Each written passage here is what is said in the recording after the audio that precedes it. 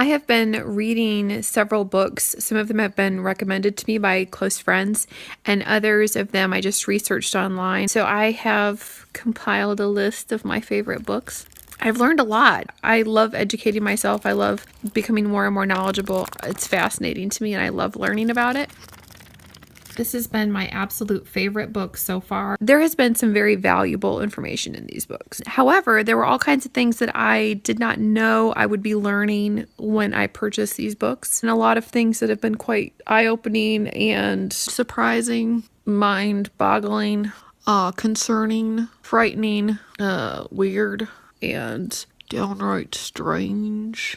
I fear I will have a mediocre labor and delivery story because I do not possess I Love Lucy pajamas like this redhead does. It's also highly doubtful that I'll have a nurse who wears a flight attendant uniform from 1956. He does kind of look like my husband, though. Sphincters function best in an atmosphere of familiarity and privacy. How true that is. This is exactly how my sister Emily used to sleep when she was a child. How fitting that there would be a lion in my book. I've never wondered about the properties of my sphincter. My husband always casts magic spells on me, so this should be just fine for us. Oh yes, I, like many pregnant women, always eat my fish with the head on. Did you know there was a sphincter law? This is definitely not how I envisioned my delivery going. Giving birth to a full-grown man who is twice my size, coming out at the speed of lightning.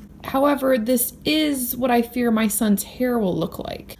The enema. I'm very familiar with that because when my father would get my sister and my names mixed up as a child, he would mix them together and he would come up with amnesia or enema. So if I ever heard the word enema yelled, I would just come running as I thought I was being called. I've always wanted someone to hand me a cold beverage while in the shower. I've been told by my mother that bananas, even though it says it has a diuretic effect, bananas apparently can cause constipation. And constipation is fine if it's simply for a short interval of your life.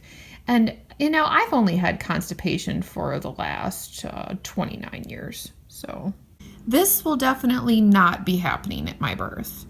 I can tell you that much. I would not like that many people in the room at all. I would love it if it was just my husband and I. However, I would like Jesus to be there, and he seems to be at this woman's birth. Yes, if it could just be my husband and Jesus. And Dr. Fuller over here somewhere. If you do not have an enema, occasionally, even if you do, you will poop a little as the baby's head emerges. Don't worry about this, as it is easily cleaned. A little? You will poop a little. What if you don't want to poop at all? Is there an option for not pooping at all? Or do you have to poop a little? How much is a little? I'd prefer to not poop at all, if that's possible. Is that an option?